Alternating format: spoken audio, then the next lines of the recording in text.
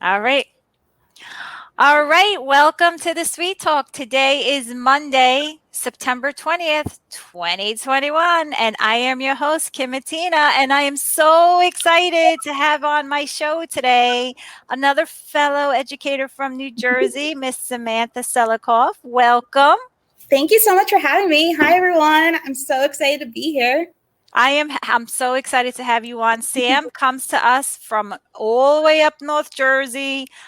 She is an alumni at the College of New Jersey with an extensive background in event planning and STEM education. Why don't you tell us a little bit about yourself, Sam? Yeah, so I've been teaching STEM for the past few years. Got my master's and my undergrad through TCNJ, and I just love the creativity that STEM allows.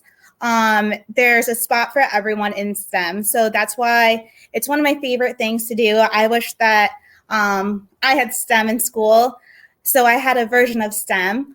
But yeah, it allows for the creativity and the arts. And I've had a lot of different experiences through it, such as interning at the Baseball Hall of Fame and incorporating STEM there.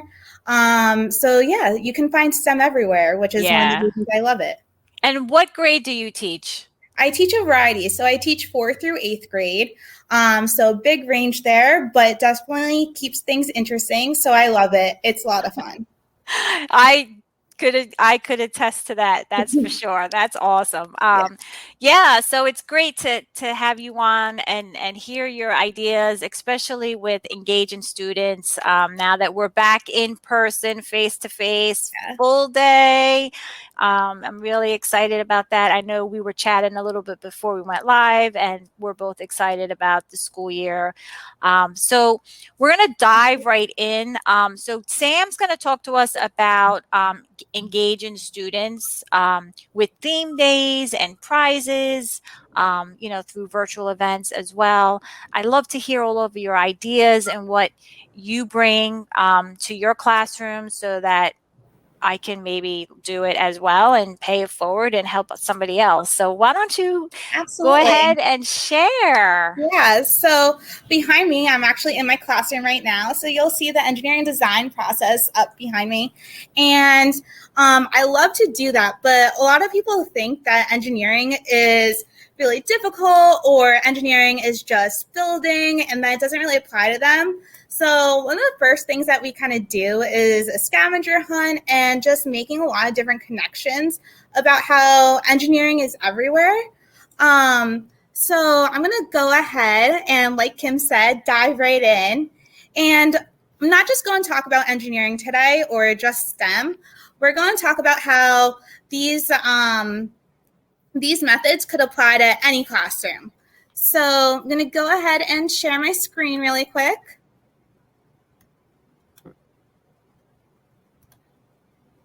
And we are all set. And I'm going to put your link in the chat. Awesome. Your presentation link. I'll put it in the chat as well for other people to see. So hold on a second. So this is your presentation link. Yeah. And so before I was a teacher, I've always wanted to teach, but I was also a camp counselor. And one of the things that's part of my teaching philosophy was that I was going to bring the camp mindset to the classroom. So part of what I loved about camp were the dress-up days and the theme days. So I'm going to go ahead and jump right in. Okay, so here's me at all different stages. Is that you? That was Get out of here. Getting on the camp bus. So that's one of my throwback photos. That's me in my counselor days. And then I was also a photographer at a sleepaway camp or, a sleepaway camp that kind of incorporated all different mindsets. So we're going to talk about a little bit today about theme days, prizes, virtual field trips, and guest speakers, and then just some student choice boards. So I'm excited for you guys. I'm excited. That's awesome. I love choice boards. Yeah. So one of my favorite things, like I mentioned, are my theme days. So the students get really excited. I give hints as to what they are coming up. So the first one I usually do is Disney Coding Day. I'll wear my Minnie Mouse ears. I have all different ears. The students usually bring in their ears or wear a t-shirt. I also get to learn about what kind of movies they like. So it's another way to make student connections. Code.org has a free Disney coding as well. So they include Big Hero 6 and Frozen and Moana, and the students get really excited about that too. So it's all through block coding, and I do that with my 4th, 5th, 6th graders. Sometimes even 8th graders do it too. Last year was really cool though, because as you know, we were learning from home. So I actually had some students like in Disney or at Disney while we were doing this lesson. So they're like super excited, and all they wanted to do was talk about which theme park they were going to later that day after they finished school. So that was really funny. But they also got to show me what they had at home. So it was a unique experience. Another theme day we do is Minecraft. And these are all code.org inspired ideas because they have these activities that are ready to go, and I just apply them to a theme day. So I'm sorry, Sam. So the kids, so you're using code.org, or is that? So I use the lessons that go, so I use code.org lessons, but you can really apply this to anything. Like if you have a Disney theme book, or if you do a unit that's with Disney, or a history lesson, or history lesson with sports. So, or role models with sports. So you can do all different things with theme days, which is why I love it. I like that. I mean, you know, do you give the kids a choice to pick their theme? They can participate. I haven't given them a choice. Usually I do all 3 of these days. I'm definitely planning to do something with sports with the Winter Olympics. So I'm already planning for that. I'll be posting some stuff on my Twitter. I'm like super excited. Anyone who knows me knows at school that like I get in full theme gear and I dress up all the time. So it's definitely a lot of fun. I just ordered these fun Lego leggings.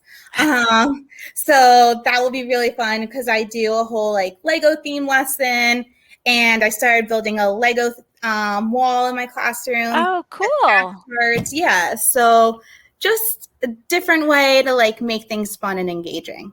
Oh, you'll have to share that. I would like to see your Lego wall. Yeah. So it's actually like super simple. I've been collecting Legos. I actually got a ton of these yellow bins from a Donorschoose project, which I'll be talking about later. But yeah, it was very low cost to me because I got a lot of funding through them, which was great.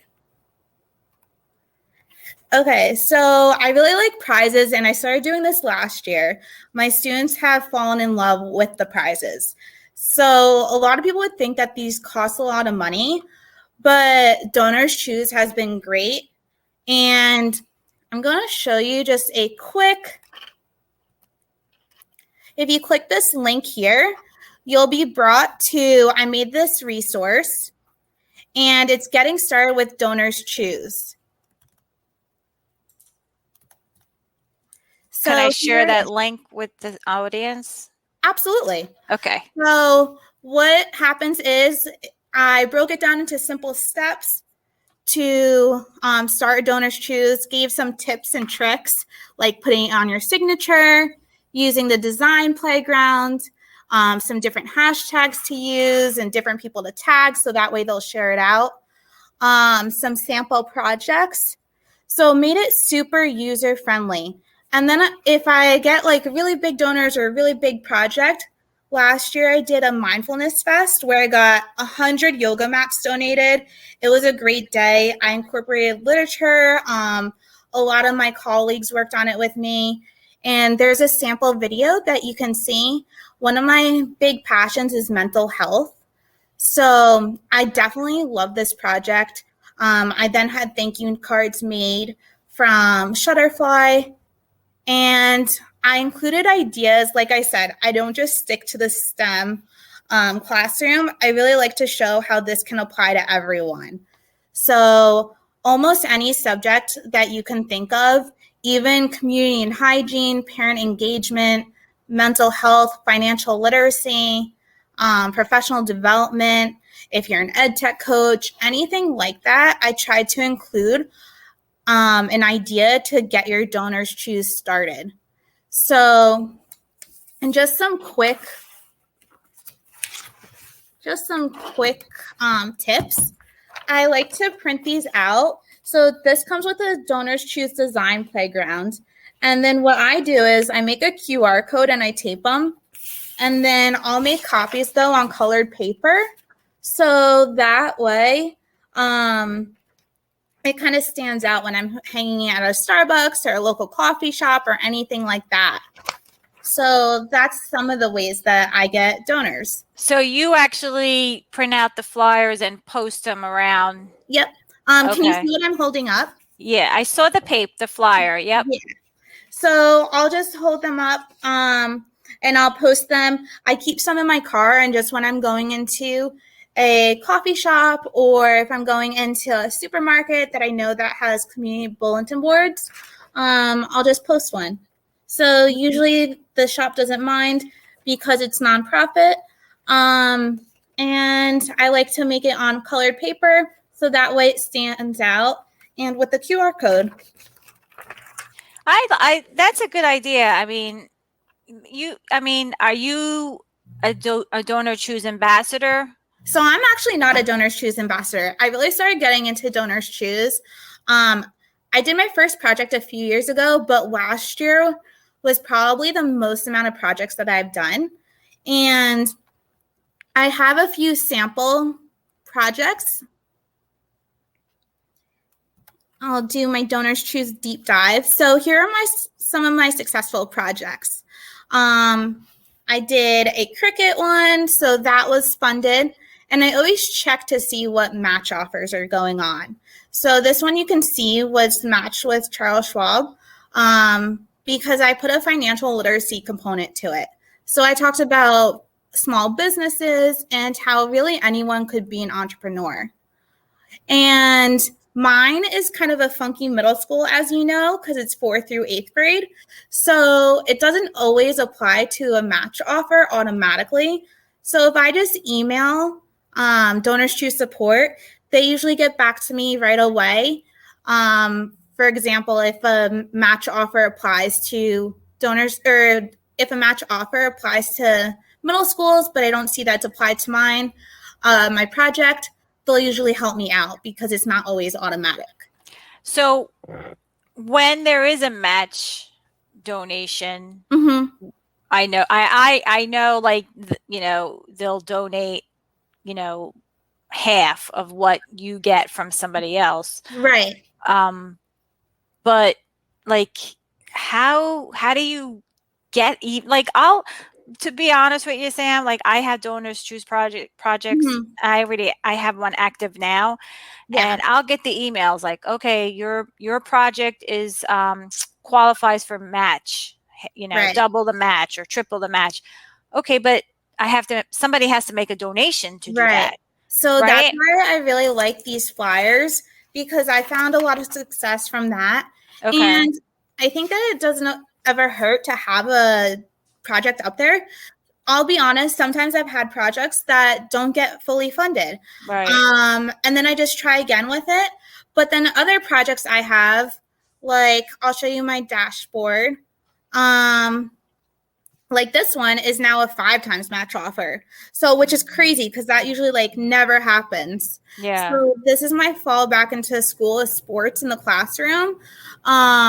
So I also run the Talking Sports Club after school, and Mission Tiger, which is associated with Kellogg's, and Stop and Shop are now working together to fund different projects. So I'll post this sometimes on my LinkedIn. I'll post it on Twitter. I also have it on my signature for my email. Okay. So just some different tips and tricks. I've also learned recently about a lot of different Facebook groups with Donorschoose. So where people will trade different projects just to get a different audience. So they'll say like, I'll retweet yours if you retweet mine. And then that's also helps. Okay. All right. Yeah. Those are good tips because I find that like I exhaust, Right. And a certain method of promoting it, and then I just don't have. right. I'm like, they give you everything to tweet or to put on Facebook or even the email template, but just simple way, just like Yeah. what you were just saying, like, okay, let's just exchange projects, and then you retweet it, or Right. you retweet it, or I retweet it. Just that, something simple like that would be helpful too. Exactly.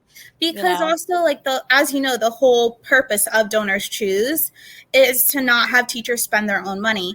So even like I didn't really want to put it on my personal Facebook page because I didn't feel like if I'm not spending my money, I don't really want like my friends to kind of like spend their money, if that kind of makes sense. Yeah.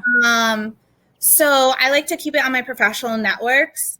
And a lot of times I've noticed like different companies will just come and like clean out. So like I've had that happen with State Farm. They sent me a message saying, we're a local State Farm. I see that you're doing a lot of great work. And we just took care of your whole project or the rest of your project. So I was really grateful about that too. And then I've had that happen with anonymous donors too. Yeah, I had one project funded, and then the rest of my other projects that I posted since then, I didn't get funded. But it doesn't mean that I'm not getting donations. It's just that it's just not being 100%, fulfilled. So, yeah, I do like a lot of the little tips that you did mention, because I think something simple like that, like retweeting someone else's or sharing, you share mine, I share yours, just to get it into a different audience. Does those little tips are definitely helpful. So yeah, thanks for sharing all that. I know we weren't supposed to talk about Donorschoose, but no, it's been so helpful. And like I said, I was the same way. I was kind of like, well, what happens if I don't get a project funded? Or I just had 2 projects like that didn't get funded. So like that's kind of frustrating. But I mean, at the same time, there's also other opportunities for funding. So if you still want to pursue them, you could always do like a grant through something else, or an alternate solution. But I've always learned that also it doesn't hurt to have a project up there, which is nice. Okay. Another one that I started doing recently is Scholastic Book Club.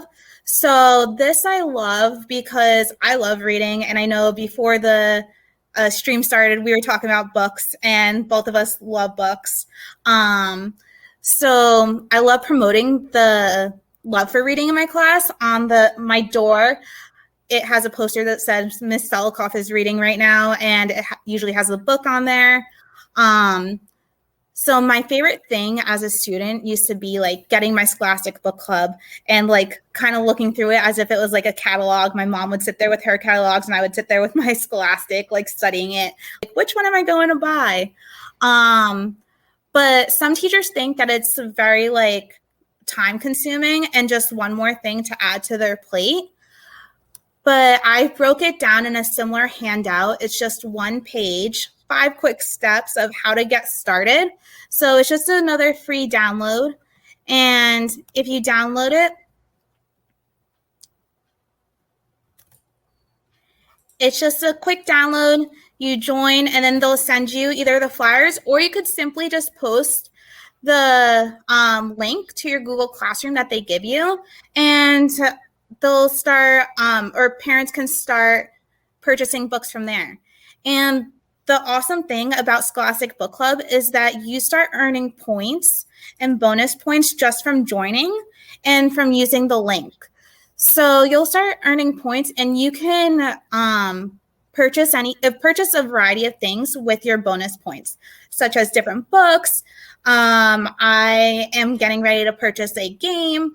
They also sometimes have different stickers and incentives.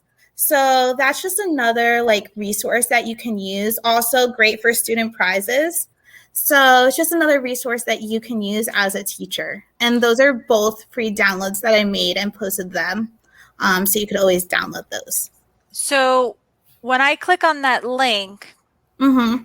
it says log in to download. I have to create an account, right? Is that to teacherspayteachers.com?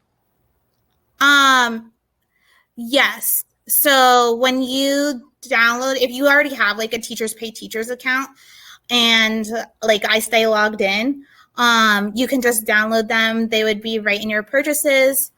And then you have both of these. So the Donorschoose and the Scholastic one available to you free of charge. Okay. Okay. Yeah, because I don't have a Teachers Pay Teachers account, so that's new to me Yeah. too. Okay. Yeah, so it doesn't cost anything. And they're just free up there, so you could always download them. I just thought it was an easy place to access them and to always find them. So you take the link to your Scholastic book club and then you can share it, through school, through Google Classroom Yep. or Exactly. Okay. So it'll bring you to this.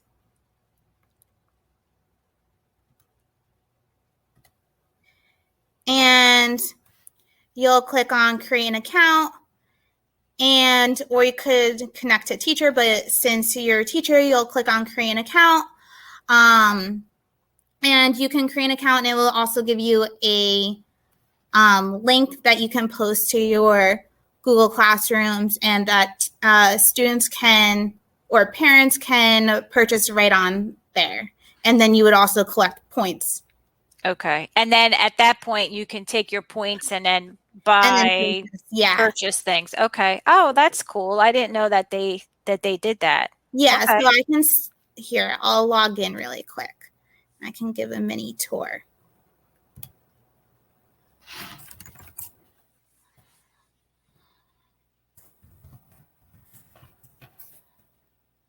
Now, do you find that the older kids are using the Scholastic Book Club, or you just kind of? We still do we still do book fair in our school, so they love it. They're like, "Are we doing book fair this year?" So I tell them about it, and yeah, they know a lot about it, and the books go all the way up to 8th grade, so you can sort by grade. Okay. And so I'm going to go ahead and share my screen again. And I used to love those Scholastic little flyers. Okay. So I set my date as the latest possible. They give you a date to set as a teacher for all your student orders to be submitted by. So I selected September 30th, and you'll see that I already have 3,000 rewards points in my bank account, as they call it. And then you would see that I have currently 3 student orders. So if you click share now, they already make up a whole family letter, which is awesome. This is on my school website, on my Google site, and students know where to find it in case they need it. And then you can also post just your link if you want. So they also have the digital flyers, and you'll see that it also takes you right to the middle school one, which is great. Yeah, that's awesome. I had no idea that. Yeah. That was all digital, that they had something like this. Yeah, so they have ones for diversity. They have ones in other languages like Spanish. So it is really a great resource, and they release different things all the time. And then they also release dollar book days. So that usually is on Tuesdays, and it's usually for the week. So they'll post one book. I think it's like Clifford right now, but I've done it where it was an empathy book. And so I bought like 75 books, and they're all $1 each. And I did a lesson on empathy. So yeah, there's some really good deals on there. Now that you said they have to have the order in by September 30th, but really that link, you can use that link throughout the whole year, right? Right, absolutely. Okay. Oh, wow. Okay. Yeah, so it makes it super user friendly. And like I said, I broke it down into even 5 steps. So Donorschoose, it's like 3 steps to get started on my handout, but Scholastic is 5. So Yeah, it's really pretty simple. That's cool. Now, do you give the kids prizes? I know you had mentioned prizes. So is this one of the ways that you would reward a student with a So I prize? did have students like pick a book last year, so that was one of my raffles that I did. I've also ordered prizes through there, like I did bookmarks that are like taco scented. So I'm waiting for those to come in. But some different things that I can add to my treasure chest. Yeah. That's cool. Oh, wow. Okay. So you don't like in your school, I mean, I know you're teaching STEM, Yeah. but you're not the media specialist, right? Do you work with the media specialist or So I'm in the media lab. Is my classroom is the media lab, so makerspace / media lab, but I'm not the librarian or media specialist. And I don't teach like language arts either. I just really like to incorporate reading in my okay. classroom. So that's why I do Scholastic in here. Okay, because I mean, I don't know. Like I'm not the librarian, I'm not the media specialist, but I didn't know that Scholastic had this type of Yeah. platform for teachers to join. I think it's a great resource. So you don't Yeah. have to wait for the book fair. Yeah, absolutely. You know? And it's also different books than the book fair. So it like doesn't compete with the book fair, and they can still order the books from Scholastic, which is great. Yeah, I'm gonna have to touch base with the librarian in my school. I'm sure that he knows, but I don't know because I honestly it's the first I've ever heard that Scholastic had anything like this with giving like rewarding you with your own link and points and you know that kind of thing. So that's good to know. I didn't know that. Yeah, it's very cool. Yeah, that is And then cool. also on their website, they have like for $49, you can get like, I think it's 30 book certificates that are like happy birthday certificates for a student can choose like up to a $5 book. So it's a pretty good deal. If principals were to hand out like birthday, like Vouchers or birthday, coupons or something. Yeah, that's cool. exactly. Yeah. So it's a fun thing. But so that's like my Scholastic tidbit and just some different like ways to kind of like shop for your classroom.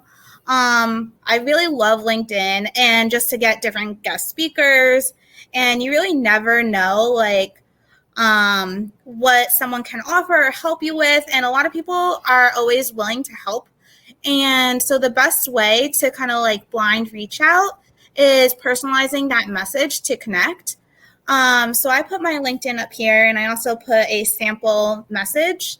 But I've gotten so many different responses and so many different donations just from reaching out on LinkedIn, and then also just great guest speakers.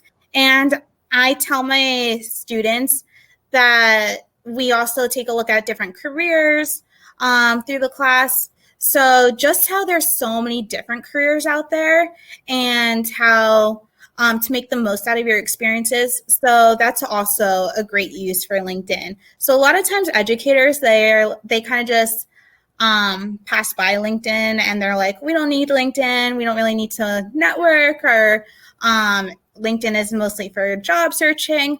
But there's a lot more to LinkedIn than just the typical things that are associated with business. So it's really useful. And I always joke around that I get in LinkedIn rabbit holes. So it's definitely a lot of fun. And I definitely recommend it. But yeah, it's just always fun to connect with someone new, hear their story. We've had all different virtual field trips, from the Pro Football Hall of Fame to the Wilson Football Factory. And a lot of those were from LinkedIn. So just to kind of reach out. That's good advice there. I didn't think about that, using LinkedIn for that. Yeah. Yeah, And virtual field trips through LinkedIn, connections and being connected through there. That's a good idea. Yeah. And then just like there's to get those connections and then also keeping the connections. So I love to kind of like just send like a professional holiday card, and that I just made through Shutterfly, and it just highlights kind of some of our fun things that we do throughout the year, whether it's our virtual field trips with the Yogi Bear Museum or the Devils popping in, or you'll see one of my theme outfits there for Read Across America. And then you also see that Luke Voigt, who plays for the Yankees, popped in. So yeah, just kind of highlighting some of those things and sending a thank you note is always fun too. Yeah, I agree that sending the thank you notes just puts the icing on the cake. Yeah, So absolutely. it's important to do that. I totally agree. Yeah. So I just want to thank you all so much for having me, and it was great. But yeah, those are some of my favorite things to do. Wearing my Donorschoose t-shirt.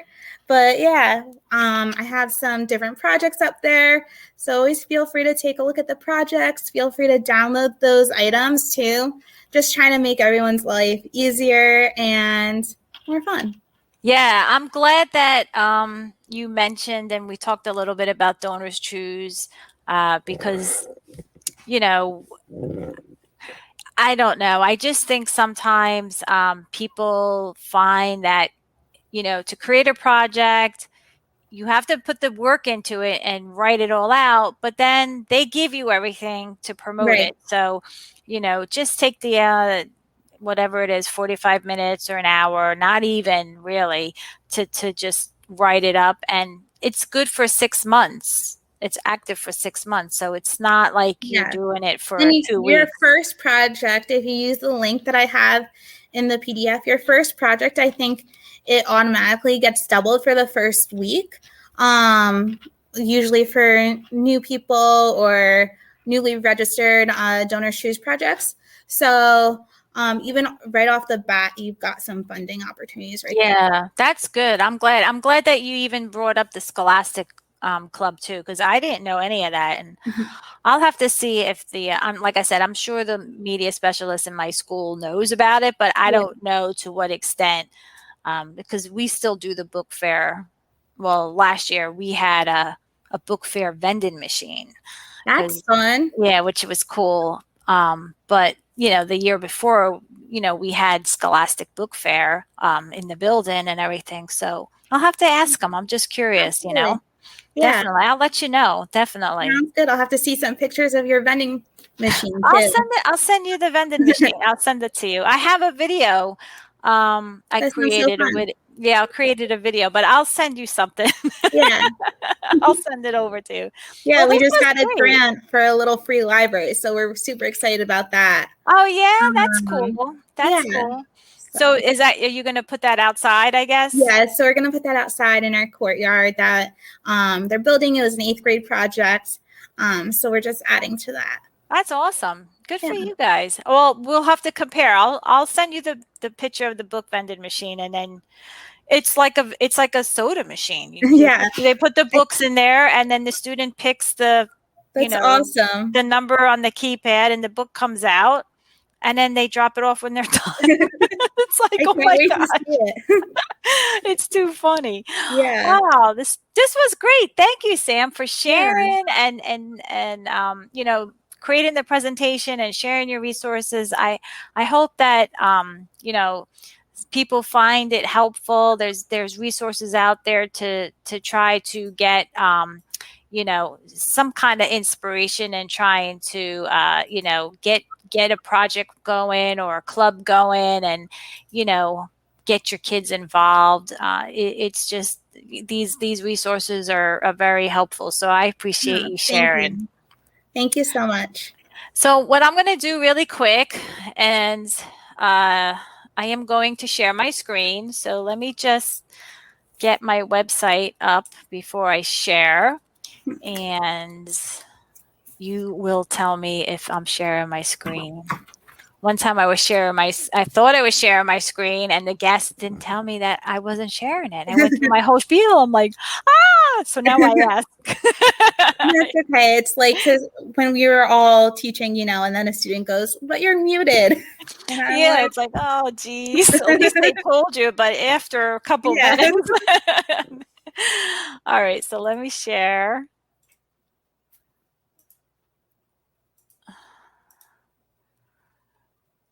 All right, can you see my screen? Yep, you're all good. All right. So if you'd like to visit my website, thesweettalk.com, you can go and visit the SUITE talk.com. And I spell it out because some people think it's sweet like the sweet tooth, but it's sweet like the office space. So anyway, on the homepage, you'll notice you'll be able to join my Facebook group, subscribe to my YouTube channel, follow me on Twitter, subscribe to the Sweet Talk on Podbean, Spotify, Apple Podcasts, Google Podcasts, and my newsletter. The latest episode and podcast will be here on the homepage. If you'd like to be a guest on the show, you can fill out the guest inquiry form. Right now, I'm scheduling for early 2022 in the wintertime. If you'd like to become a sponsor on my show, you can fill out the sponsor form, and I will get back to you as soon as I can. Right now, I would like to really thank my sponsors. Without their support, I wouldn't be able to pay it forward. So thank you to Helperbird, AliceKeeler.org, Mote, Screencastify, Texthelp, Cami, Slidesmania, and Streamyard. I appreciate all of your support with that. Let me go back to the homepage and scroll down, and my new book, Teaching with Google Jamboard, is out. It's available on Amazon. It's a great tool for you to collaborate with students in the classroom using Google's digital whiteboard.